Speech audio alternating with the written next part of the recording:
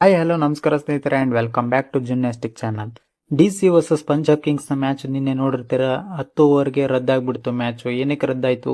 ಪಾಕಿಸ್ತಾನ ಏನಾದರೂ ಅಟ್ಯಾಕ್ ಮಾಡಿದ್ರಾ? ಅದು ಅಲ್ಲದೆ ಪಾಕಿಸ್ತಾನ ಈ ರಾವಲ್ಪಿಂಡಿ ಸ್ಟೇಡಿಯಂನಲ್ಲಿ ಅಟ್ಯಾಕ್ ಆಗಿರೋದ್ರಿಂದ ಅಲ್ಲಿನ ಚೇರ್ಮನ್ ಏನು ಹೇಳಿದ್ರು, ಏನಕ್ಕೆ ಅಟ್ಯಾಕ್ ಆಯಿತು, ಏನಾಗಿದೆ ಅನ್ನೋದರ ಮಾಹಿತಿ ನಿಮಗೆ ತಿಳಿಸ್ಕೊಡ್ತೀನಿ. ಅದಕ್ಕಿಂತ ಮುಂಚೆ ನೀವು ಚಾನಲ್ ಸಬ್ಸ್ಕ್ರೈಬ್ ಮಾಡಿಲ್ಲ ಅಂದರೆ ಕೂಡಲೇ ಚಾನಲ್ ಸಬ್ಸ್ಕ್ರೈಬ್ ಮಾಡಿಕೊಂಡು ವಿಡಿಯೋಗೊಂದು ಲೈಕ್ ಕೊಡಿ ಅಂತ ಹೇಳ್ತಾ ವಿಡಿಯೋ ಸ್ಟಾರ್ಟ್ ಮಾಡೋಣ ಬನ್ನಿ.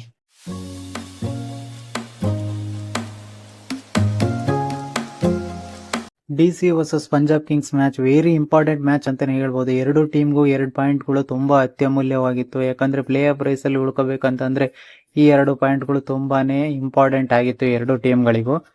ಬಟ್ ಮ್ಯಾಚ್ ಸ್ಟಾರ್ಟ್ ಆಗಿ 10 ಓವರ್ ನಂತರ ಮ್ಯಾಚ್ ನ ನಿಲ್ಲಿಸಲಾಗಿತ್ತು. ಅದಾದ ನಂತರ ಪಂಜಾಬ್ ಕಿಂಗ್ಸ್ ಒಳ್ಳೆ ರನ್ ಸ್ಕೋರ್ ನ ಕಲೆ ಹಾಕಿದ್ರಲ್ಲಿ 10 ಓವರ್ಗೆ 122 ರನ್ ಅನ್ನು ಹೊಡೆದಿದ್ರು. ಅದಾಗ್ಲೇ ಪ್ರಿಯಾಂಶ್ ಆರ್ಯ ಅವರು ಸಹ ಔಟ್ ಆಗ್ತಿದ್ದಂಗೆ ಮ್ಯಾಚ್ ನ ರದ್ದುಗೊಳಿಸಲಾಗಿತ್ತು. ಯಾಕಂತ ಅಂದ್ರೆ ಬ್ಲಾಕ್ಔಟ್ ಅನ್ನುವಂಥದ್ದೊಂದು ತಂದಿದ್ದು ಇಂಡಿಯನ್ ಆರ್ಮಿ ಕಡೆಯಿಂದ. ನಿನ್ನೆ ಸುಮಾರು 8-8:30 ಅಷ್ಟೊತ್ತಿಗೆ ಪಾಕಿಸ್ತಾನ ಅವರು ಅಟ್ಯಾಕ್ ಮಾಡ್ತಿದ್ದಂಗೆ ಅಲ್ಲಿ ಜಮ್ಮು ಕಾಶ್ಮೀರ, ಪಂಜಾಬ್ ಹಾಗೂ ರಾಜಸ್ಥಾನ್ಗಳಿಗೆ ಬ್ಯಾಕ್ಔಟ್ ರೂಲ್ಸ್ನ ತಂದಿದ್ದು ಅಲ್ಲಿ ಇಂಡಿಯನ್ ಆರ್ಮಿ. ಅದಲ್ಲದೆ BCCI ಕಮಿಟಿ ಕೂಡ ಅಲ್ಲಿಂದ ಮ್ಯಾಚ್ನ ರದ್ದು ಮಾಡಬೇಕಂತ ರೂಲ್ಸ್ನ ತಂದಿತ್ತು. ಯಾಕಂತಂದ್ರೆ ಜನಗಳ ಸೇಫ್ಟಿ, ಪ್ಲೇಯರ್ಸ್ನ ಸೇಫ್ಟಿ ತುಂಬಾನೇ ಮುಖ್ಯವಾಗಿತ್ತು ಇಲ್ಲಿ ಇಂಡಿಯನ್ ಆರ್ಮಿಗೆ. ಅದಕ್ಕೋಸ್ಕರ ಬ್ಲಾಕ್ಔಟ್ ರೂಲ್ಸ್ನ ತಂದಿದ್ದು. ಯಾಕಂತಂದ್ರೆ ಲೈಟ್ಸ್ ಎಲ್ಲ ಆನ್ ಆಗಿದ್ರೆ ಪಾಕಿಸ್ತಾನ ಅವರು ಬಾಂಬ್ ದಾಳಿ ಅಥವಾ ಗುಂಡು ದಾಳಿಗೆ ತುಂಬಾನೇ ಈಸಿ ಆಗ್ಬಿಡುತ್ತೆ. ಅದಕ್ಕೋಸ್ಕರನೇ ಈ ಒಂದು ರೂಲ್ಸ್ ನ ತಂದಿದ್ದು ಇಲ್ಲಿ BCCI ಕಮಿಟಿ. ಆ ಒಂದು ಮ್ಯಾಚ್ ನ ನೋಡೋದಕ್ಕೆ ಬಂದಂತ ಸಾಕಷ್ಟು ಜನಗಳು ಸಹ ವಾಪಸಾತಿ ಮಾಡಿದ್ರು. ಸ್ಟೇಡಿಯಂ ಇಂದ ಹೊರಗೆ ಹೋಗೋಕೆ ಅಲ್ಲಿ ರೂಲ್ಸ್ ನ ತಂದಿದ್ದು. ನೋಡಿರ್ಬೋದು, ನಿನ್ನೆ ಯುದ್ಧದ ವಾತಾವರಣ ತುಂಬಾನೇ ಮೇಲೆ ಹೋಗಿತ್ತು ಅಂತಾನೆ ಹೇಳ್ಬೋದು. ಅದು ಅಲ್ಲದೆ ಪಾಕಿಸ್ತಾನಕ್ಕೆ ಈ ಒಂದು 3 ರಾಜ್ಯಗಳು ತುಂಬಾನೇ ಹತ್ತಿರ ಆಗಿರೋದ್ರಿಂದ ಬಾಂಬ್ ದಾಳಿ ಅಥವಾ ಗುಂಡು ದಾಳಿಗೆ ತುಂಬಾನೇ ಹತ್ತಿರ ಆಗುತ್ತೆ. ಅದಕ್ಕೋಸ್ಕರನೇ ಬ್ಲಾಕ್ಔಟ್ ರೂಲ್ಸ್ ನ ತಂದಿದ್ದು ಇಲ್ಲಿ Indian force committee. Indian peoples ಜಾಸ್ತಿ ಸಪೋರ್ಟ್ ಮಾಡಿದ್ರು ಅಂತಾನೆ ಹೇಳ್ಬೋದು. ಯಾಕಂದ್ರೆ ಹೊರಗಡೆ ಬಂದಂತ ಸ್ಟೇಡಿಯಂ ಹೊರಗಡೆ ಬಂದಂತ ಜನಗಳೆಲ್ಲ ಸಹ ಜೈಕಾರ ಹಾಕಿದ್ರು, ಜೈ ಹಿಂದ್ ಅಂತ ಕೂಗಿದ್ರು. ಇಂಡಿಯನ್ ಫೋರ್ಸ್ ಕಮಿಟಿಗೆ ತುಂಬಾನೇ ಜೈಕಾರ ಮಾಡಿದ್ರು. ಇಲ್ಲಿ ಮ್ಯಾಚ್ ನ ನೋಡಕ್ ಆಗಿಲ್ಲ ಅನ್ನೋ ಬೇಜಾರ್ಗಿಂತ ಇಲ್ಲಿ ಇಂಡಿಯನ್ ಫೋರ್ಸ್ ಕಮಿಟಿಗೆ ಸಪೋರ್ಟ್ ಮಾಡಿದ್ದು ಜನಗಳಲ್ಲಿ. ಒಂದು ಅರ್ಥ ಆಗದೆ ಇರೋದು ಏನಪ್ಪಾ ಅಂತಂದ್ರೆ BCCI ಈ ತರ ಒಂದು ಮ್ಯಾಚ್ಗಳನ್ನ ಆ ಒಂದು ಪ್ರದೇಶಗಳಲ್ಲಿ ಯಾಕೆ ಇಡ್ತಾರೆ ಅಂತ ಗೊತ್ತಾಗ್ತಿಲ್ಲ.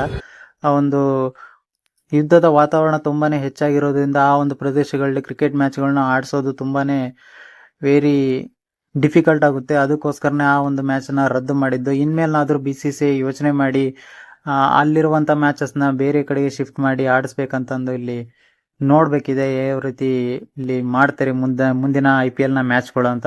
ಇಲ್ಲಿ ಸೂಕ್ಷ್ಮವಾಗಿ ನೋಡೋದಿದ್ರೆ DC ಈ ಮ್ಯಾಚನ್ನ ಪಕ್ಕ 100% ಸೋಲ್ತಿದ್ರು. ಯಾಕಂದ್ರೆ 10 ಓವರ್ಗೆ 122 ರನ್ ಹೊಡೆದಿದ್ರು ಅಲ್ಲಿ ಪಂಜಾಬ್ ಕಿಂಗ್ಸ್ ಕೇವಲ 1 ವಿಕೆಟ್ ನಷ್ಟಕ್ಕೆ. ಆ ಪ್ರಿಯಾಂಶ್ ಆರ್ಯ ಅವರು 70 ರನ್ ಸಹ ಹೊಡೆದಿದ್ರು 34 ಬಾಲ್ಗಳಲ್ಲಿ. ಅದು ಅಲ್ಲದೆ ಪ್ರಭ್ ಸಿಮ್ರನ್ ಒಳ್ಳೆ ಫಾರ್ಮ್ ಕೂಡ ತೋರಿಸ್ತಾ ಇದ್ದು. ಡೆಲ್ಲಿ ಕ್ಯಾಪಿಟಲ್ಸ್ಗಳು ತುಂಬಾ ಖುಷಿಯಾಗಿರುತ್ತೆ ಈ ಒಂದು ಮ್ಯಾಚ್ ರದ್ದಾಗಿರೋದು ಅಂತ ಹೇಳ್ಬೋದು. ನೋಡಿರ್ಬೋದು, ಕಳೆದ ಒಂದು ಮ್ಯಾಚ್ SRS ವಿರುದ್ಧ ಮ್ಯಾಚ್ ರದ್ದಾಗಿ 2 ಈಚ್ 1 ಪಾಯಿಂಟ್ ನ ತಗೊಂಡಿದ್ರು. ಆ ಮ್ಯಾಚ್ ಅನ್ನು ಸೋಲ್ತಿದ್ರು ಡೆಲ್ಲಿ ಕ್ಯಾಪಿಟಲ್ಸ್ ಅಲ್ಲಿ. ಬರೀ 130 ಅಷ್ಟೇ ಟಾರ್ಗೆಟ್ ನ ಕೊಟ್ಟಿದ್ರು. SRH ಈಸಿಯಾಗಿ ಚೇಸ್ ಮಾಡ್ತಿದ್ರು. ಆ ಒಂದು ಮ್ಯಾಚ್ ಕೂಡ ಮಳೆಯಿಂದ ರದ್ದಾಗಿ ಈಚ್ 1 ಪಾಯಿಂಟ್ ಆಯ್ತು. ಅಲ್ಲಿ ಲಕ್ ತುಂಬಾನೇ ಪ್ರೊವೈಡ್ ಮಾಡ್ತು ಡೆಲ್ಲಿ ಕ್ಯಾಪಿಟಲ್ಸ್ಗೆ ಅಂತಾನೆ ಹೇಳ್ಬೋದು. ಬಟ್ ಈ ಒಂದು ಮ್ಯಾಚ್ ಸಹ ಇಲ್ಲಿ ಲಕ್ ಇನ್ನೂ ಜಾಸ್ತಿ ಪ್ರೊವೈಡ್ ಮಾಡಿದೆ ಅಂತಾನೆ ಹೇಳ್ಬೋದು. ಯಾಕಂದ್ರೆ ಈ ಮ್ಯಾಚ್ ಅನ್ನು ಆಲ್ಮೋಸ್ಟ್ ಸೋಲೋ ಅಂತ ಸ್ಥಿತಿಯಲ್ಲಿದ್ರು ಅಲ್ಲಿ ಡೆಲ್ಲಿ ಕ್ಯಾಪಿಟಲ್ಸ್. ಬಟ್ ಆ ಮ್ಯಾಚ್ ರದ್ದಾಗಿರೋದ್ರಿಂದ ಇಂಡಿಯಾ ಪಾಕಿಸ್ತಾನ್ ವಾರ್ ಜಾಸ್ತಿ ಆಗಿರೋದ್ರಿಂದ ಆ ಮ್ಯಾಚ್ ರದ್ದುಗೊಳಿಸಿದ್ರು. ಈಚ್ 1 ಪಾಯಿಂಟ್ ತಗೊಂಡು ಇವಾಗ ಮತ್ತೆ ಪ್ಲೇ ಆಫ್ ರೇಸ್ ಅಲ್ಲಿ ಇದ್ದಾರೆ ಅಂತಾನೆ ಹೇಳ್ಬೋದು. ಇಲ್ಲಿ ಮೆಚ್ಚಬೇಕಾಗಿರೋದು ಇಂಡಿಯನ್ ಫೋರ್ಸ್ ಕಮಿಟಿ, ಇಂಡಿಯನ್ ಆರ್ಮಿನ ಅಂತ ಹೇಳ್ಬೋದು. ಯಾಕಂತಂದ್ರೆ ನೋಡಿರ್ಬೋದು, ಪಾಕಿಸ್ತಾನ್ ಕಡೆಯಿಂದ ಜಾಸ್ತಿ ಕ್ಷಿಪಣಿಗಳು ಬರ್ತಾ ಇದ್ವು. ಅವನ್ನೆಲ್ಲ ಹೊಡೆದಾಕಿ ಇಂಡಿಯನ್ ಡಿಫೆನ್ಸಿವ್ ಸಿಸ್ಟಮ್ ಯಾವ ರೀತಿ ಕೆಲಸ ಮಾಡ್ತಿದೆ ಇಂಡಿಯಾದಲ್ಲಿ ಅಂತ ಒಂದು ತೋರಿಸ್ಕೊಟ್ಟಿದ್ದಾರೆ. ಸಾಕಷ್ಟು ಜೆಟ್ಗಳನ್ನ ಹೊಡೆದಾಕಿದ್ದು ನಮ್ಮ ಇಂಡಿಯನ್ ಡಿಫೆನ್ಸಿವ್ ಸಿಸ್ಟಮ್ಮು. ಅದು ಅಲ್ಲದೆ F-16 ಅನ್ನೋ ಒಂದು ಕ್ಷಿಪಣಿ ಸಹ ಹೊಡೆದಾಕಿದ್ದಾರೆ ಇಂಡಿಯನ್ ಏರ್ ಡಿಫೆನ್ಸು. ಈ ಯುದ್ಧ ಪ್ರಾರಂಭವಾಗ್ತಿದ್ದಂಗೆ ಇಂಡಿಯಾ ಹೋಗಿ ಪಾಕಿಸ್ತಾನದ 16 ಕಡೆ ಅಟ್ಯಾಕ್ ಮಾಡಿದೆ.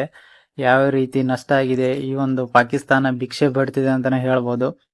ಸುಮ್ಮನೆ ಕಾಲ್ ಕೆರ್ಕೊಂಬಂದು ಜಗಳ ಮಾಡ್ಕೊಂಡು ಇವಾಗ ಯಾವ ರೀತಿ ನಷ್ಟ ಅನುಭವಿಸ್ತಿದ್ರೆ ಪಾಕಿಸ್ತಾನ ಅಂತ ನೋಡ್ಬೋದು. ಸೋಷಿಯಲ್ ಮೀಡಿಯಾದಲ್ಲೆಲ್ಲ ತುಂಬಾನೇ ಸುದ್ದಿ ಮಾಡ್ತಿದೆ. ನಿನ್ನೆ ರಾತ್ರಿ ಎಲ್ಲ ಯುದ್ಧದ ಆತಂಕ ಸೃಷ್ಟಿಯಾಗಿತ್ತು.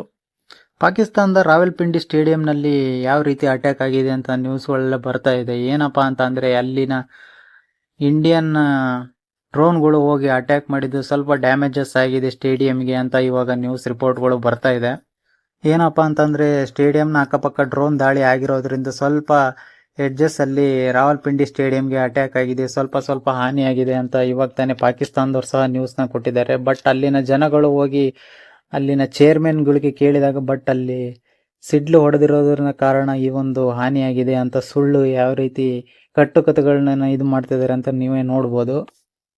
ಯಾರಾದರೂ ನಂಬ್ತಾರೇನ್ರಿ ಈ ಥರ ಸುಳ್ಳುಗಳನ್ನ ಹೇಳಿದ್ರು? ಅಲ್ಲಿನ ಜನಗಳೇ ನಂಬ್ತಾ ಇಲ್ಲ. ಅಲ್ಲಿ ಇಂಡಿಯಾ ಪಾಕಿಸ್ತಾನ ವಾರ್ ನಡೀತಿದೆ, ನೀವು ಸಿಡ್ಲು ಹೊಡಿತಿದೆ ಅಂತ ಹೇಳ್ತಿದ್ದೀರಲ್ಲ ಅಂತ ಅಲ್ಲಿನ ಜನಗಳೇ ಬೈತಾ ಇದ್ದಾರೆ ಚೇರ್ಮನ್ಗಳಿಗೆ. ಏನು ಹೇಳ್ಬೇಕು ಈ ಪಾಕಿಸ್ತಾನದವ್ರಿಗೆ ಅಂತ ಗೊತ್ತಿಲ್ಲ. ತಿನ್ನಕ್ಕೆ ಊಟ ಇಲ್ಲದೆ ಇದ್ರು ನಮ್ಮ ಸೇನೆ ಸ್ಟ್ರಾಂಗ್ ಇದೆ ಅಂತ ಹೇಳ್ಕೊಂಡು ಹೊಡ ಅಂತ ಈ ಮೂರ್ಖ ಜನರಿಗೆ ಏನು ಹೇಳ್ಬೇಕಂತ ಗೊತ್ತಿಲ್ಲ. ನಿಮ್ಗೇನು ಅನಿಸುತ್ತೆ ಅನ್ನೋದನ್ನು ಕಾಮೆಂಟ್ ಬಾಕ್ಸಲ್ಲಿ ತಿಳಿಸಿ.